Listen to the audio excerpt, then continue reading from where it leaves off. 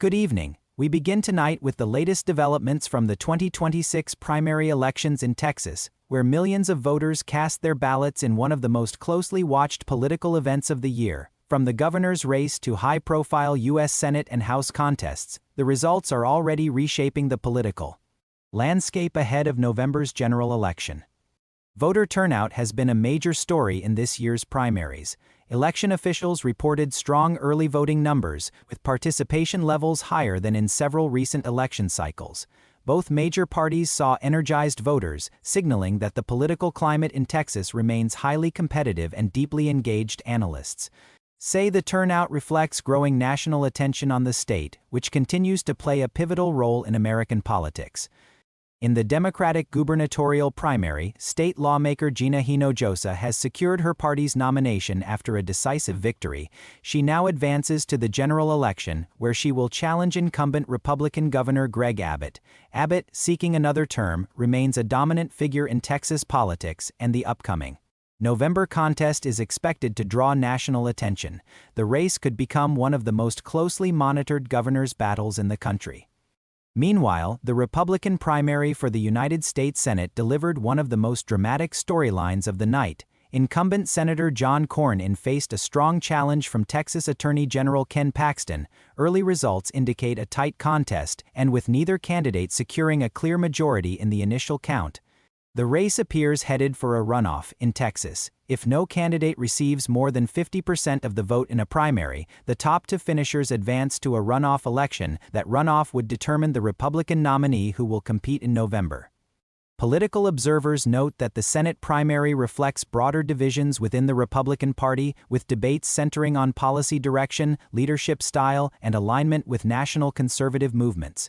The outcome of the runoff could have significant implications not only for Texas but also for the balance of power in Washington. On the Democratic side of the Senate race, candidates also battled for their party's nomination, though the Republican contest has drawn the most national headlines so far. Final certified results are still pending as officials continue to count mail-in and provisional ballots. In congressional races, one of the biggest surprises of the night came in a U.S. House primary where incumbent Congressman Dan Crenshaw was defeated by State Representative Steve Toth.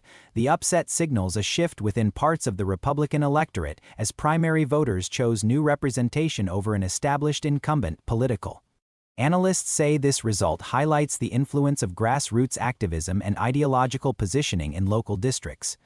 Across multiple House districts, several races remain too close to call, and some may also proceed to runoff elections. Redistricting in recent years has added further complexity to these contests, changing district boundaries and altering the makeup of the electorate in key areas.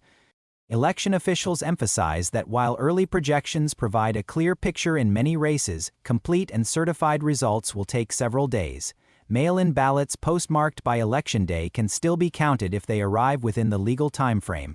Authorities are urging patience as the democratic process continues to unfold. Beyond individual victories and defeats, tonight's primary results send broader political signals. Strong turnout suggests heightened voter interest heading into the general election. Party strategists are already shifting focus toward November, where nominees will compete not only for statewide offices but also for congressional seats that could influence national legislative control. For Democrats, momentum in turnout may provide optimism as they prepare to challenge entrenched Republican leadership in statewide races. For Republicans, internal contests, particularly in the Senate and House primaries, demonstrate the evolving priorities of their voter base. The next major milestone will be any scheduled runoff elections, expected later this spring. These contests often attract intense campaigning as candidates make final appeals to consolidate party support. Following that, attention will turn fully toward the general election campaign season, when nominees from both parties will outline their visions for the state's future.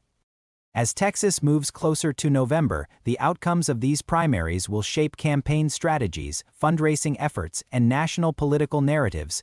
With the state's growing population and economic influence, its elections carry weight far beyond its borders. We will continue monitoring official updates as vote counting concludes and any runoff dates are confirmed.